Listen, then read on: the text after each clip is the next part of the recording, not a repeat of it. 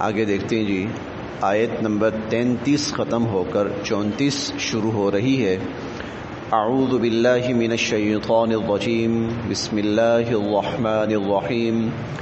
وَإِذْ قُلْنَا لِلْمَلَائِكَةِ اسْجُدُوا لِآدَمَ فَسَجَدُوا إِلَّا إِبْلِيسَ أَبَى وَاسْتَكْبَرَ وَكَانَ مِنَ الْكَافِرِينَ وَقُلْنَا يَا آدَمُ اسْكُنْ أَنْتَ وَزَوْجُكَ الْجَنَّةَ وَكُلَا مِنْهَا رَغَدًا حَيْثُ شِئْتُمَا وَلَا تَقْرَبَا هَذِهِ الشَّجَرَةَ فَتَكُونَا مِنَ الظَّالِمِينَ۔ وَإِذْ اور جب، وَإِذْ اور جب، قلنا ہم نے کہا، وَإِذْ قُلْنَا اور جب ہم نے کہا، لِلْمَلَائِكَةِ فرشتوں سے، وَإِذْ قُلْنَا لِلْمَلَائِكَةِ اور جب ہم نے فرشتوں سے کہا، اسجدوا تم سجدہ کرو۔ اسجدو یہ ہماری اردو زبان میں عام استعمال ہونے والا لفظ سجدہ، یہ اس سے امر کا صیغہ ہے۔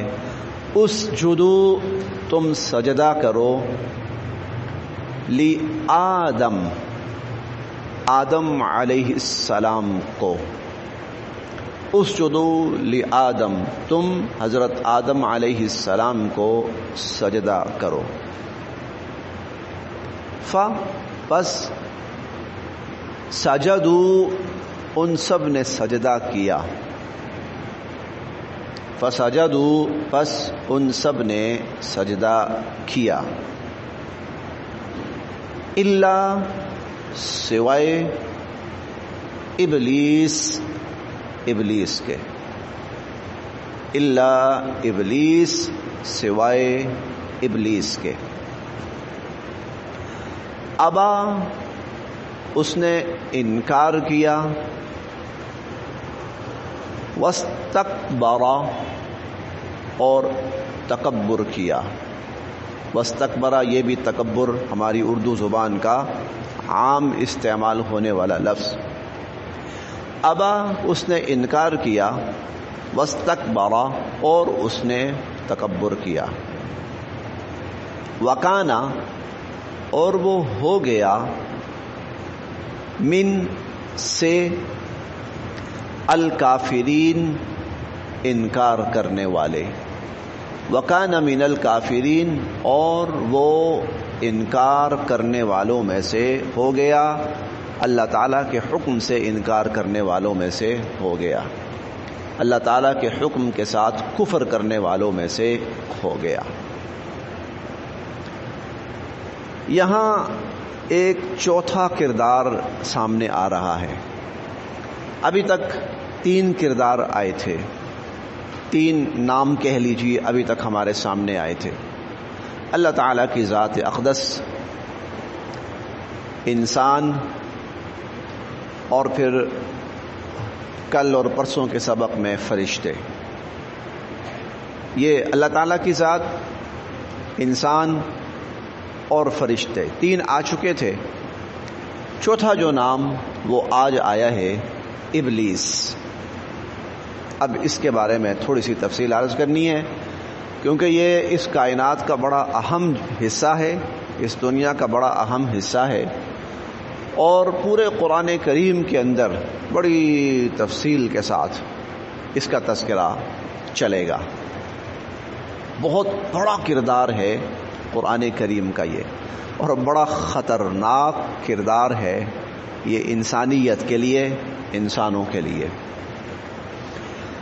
آدم علیہ السلام کو پیدا فرمایا، ان کو ایک بہت بڑا مرتبہ دینا تھا، چنانچہ فرشتوں کو اور ابلیس کو حکم ہوا اس کو سجدہ کرو۔ اب یہاں میں ابلیس کے بارے میں بتا دوں یہ کیا ہے، جس کو ہم شیطان بھی کہتے ہیں، اور اس کے لیے قرآن کریم میں ابلیس کا لفظ بھی استعمال ہوتا ہے۔ یہ جن تھا، انسان سے پہلے 2 مخلوقات تھیں، ایک فرشتے اور ایک جنات۔ فرشتے معصوم ترین نورانی مخلوق، اللہ تعالیٰ کے حکم کے 100% فرما بردار، نافرمانی والا شائبہ ہی نہیں۔ نور سے ان کی پیدائش ہوئی ہے اور وہ سراپا خیر ہی خیر ہے۔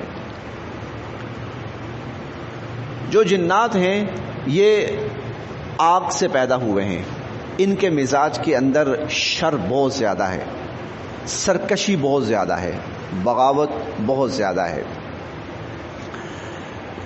یہ جو ابلیس تھا یہ بھی ایک جن تھا، لیکن یہ اللہ کی عبادت کرتے کرتے کرتے کرتے اللہ کا اتنا قرب حاصل کیا کہ اللہ تعالیٰ کے بعد اللہ کے سب سے زیادہ جو قریب ترین تھا وہ یہ ابلیس بن گیا۔ حضرت شیخ عبد القادر جیلانی رحمہ اللہ نے غنیت الطالبین میں لکھا ہے، اس نے ہر آسمان پر 1,00,000 سال عبادت کی۔ 7 آسمان 7,00,000 سال اس نے عبادت کی اللہ تعالیٰ کی، قرب حاصل کرتا گیا کرتا گیا کرتا گیا، حتیٰ کہ فرشتوں کا بھی سردار بن گیا۔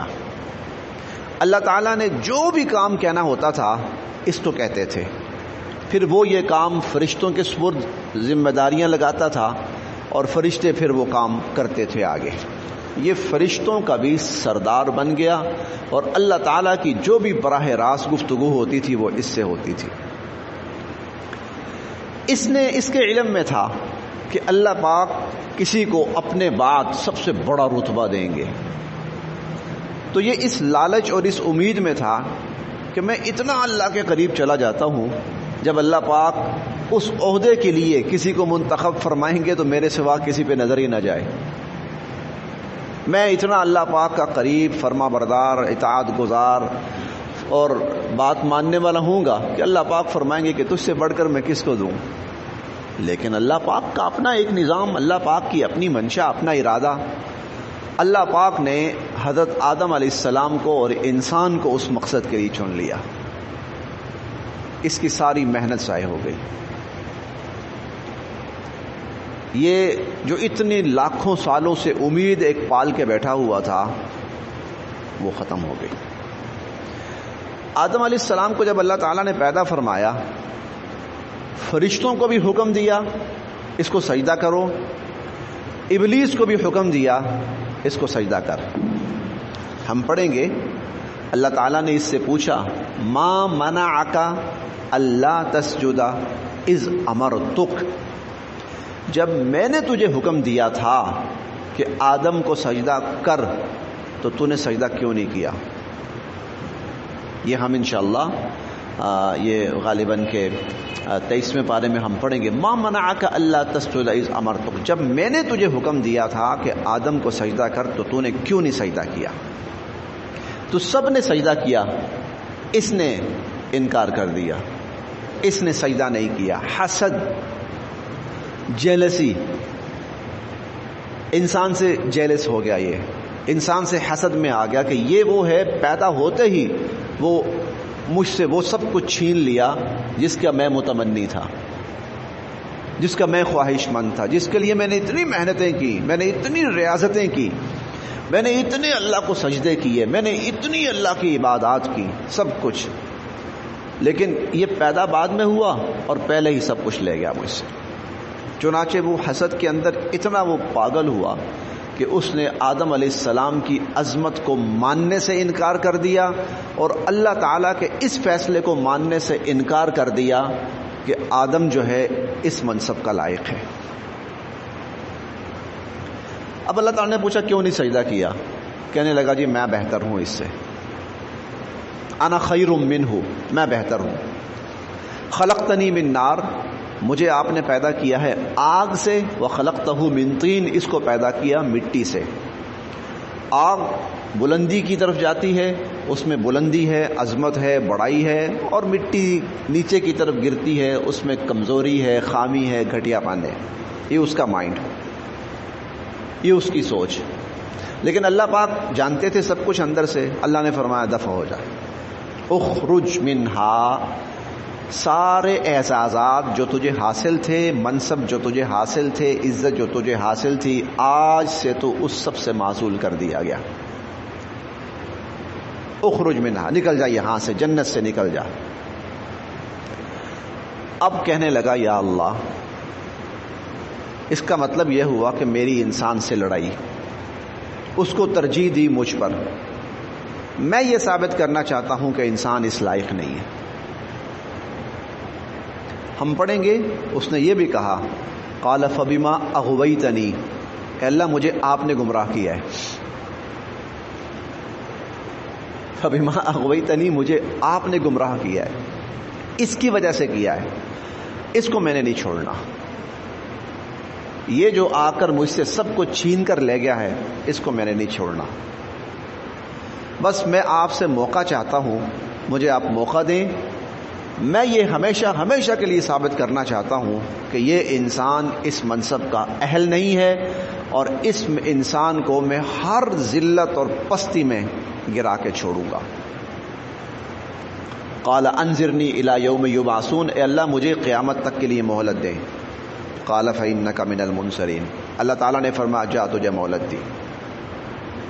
اب مہلت بھی دی، اور انسان کو گمراہ کرنے کے لیے جو جو وسائل اس کو درکار تھے، جو اس نے مانگے، سب دے دیے. کہنے لگا یا اللہ، یہ بڑی عجیب مخلوق ہے جو اللہ تعالیٰ کے سامنے کھڑا ہو گیا ہے، اللہ تعالیٰ کے ساتھ بحث کر رہا ہے، اللہ تعالیٰ کے سامنے چیلنج کر رہا ہے.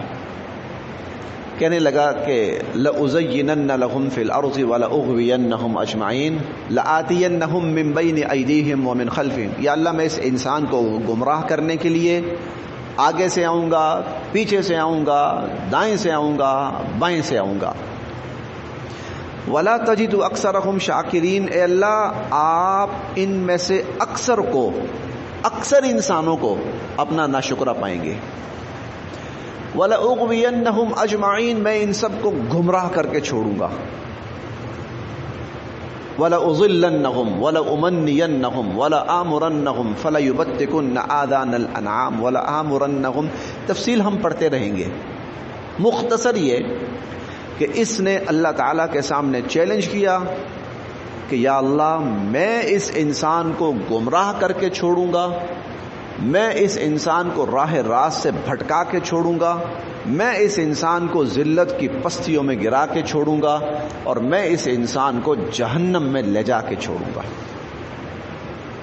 اللہ تعالیٰ نے فرمایا ٹھیک ہے، چل تو کر کوشش، میں تجھے موقع دے رہا ہوں، تو اپنی کوشش کر. اب میں کیا کروں گا؟ انسانوں کو سیدھا راستہ دکھاؤں گا. اب اگر انسان میرے بتائے ہوئے سیدھے راستے پہ چلیں گے تو پھر ان کے لیے جنت ہے، ان کے لیے رحمت ہے، ان کے لیے عنایت ہے، ان کے لیے دنیا میں بھی رحمتیں ہیں اور آخرت میں بھی. اور لَأَمْلَأَنَّ جَهَنَّمَ مِنْكَ وَمِمَّنْ تَبِعَكَ مِنْهُمْ أَجْمَعِينَ، جو تیرے پیچھے لگیں گے، تیری بات مانیں گے، حزب الشیطان بنیں گے، عباد الشیطان بنیں گے، شیطان کے بندے، تو پھر میں تجھے اور ان کو جہنم کے اندر پھینکوں گا اور جہنم کو ان سے بھروں گا.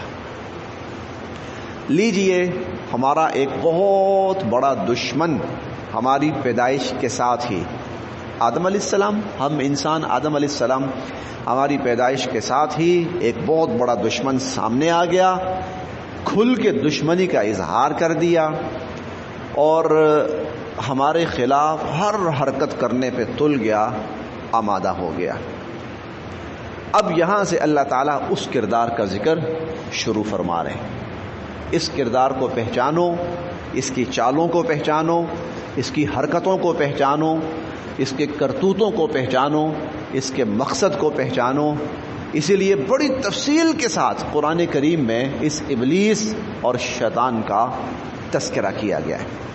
اس کے طریقہ کار، اس کے کام، اس کے عزائم، اس کے مقاصد، وہ سب اللہ پاک نے کھول کے بیان کیے ہیں. تو یہاں سے ہم پڑھنا شروع کرتے ہیں. وَإِذْ قُلْنَا، اور جب ہم نے کہا، لِلْمَلَائِكَةِ فرشتوں سے، اسجدوا تم سجدہ کرو، لِآدم حضرت آدم علیہ السلام کو. فسجدوا، تو انہوں نے سجدہ کیا. باقی جگہوں پہ ہم پڑھیں گے فسجد الملائکۃ کلہم اجمعون، سب فرشتوں نے مل کر اکٹھے ہو کر حضرت آدم علیہ السلام کو سجدہ کیا. فرشتے کتنے ہیں صرف اللہ تعالیٰ جانتے ہیں. تعداد اتنی زیادہ ہے کہ روزانہ یہ جو زمین پر خانہ کعبہ ہے اس کی سیدھ میں 7ویں آسمان پر فرشتوں کا کعبہ ہے، اسے بیت المعمور کہتے ہیں، اور 27ویں پارے میں اس کا ذکر بھی آئے گا. یہ فرشتوں کا قبلہ ہے، وہ وہاں پر طواف کرتے ہیں.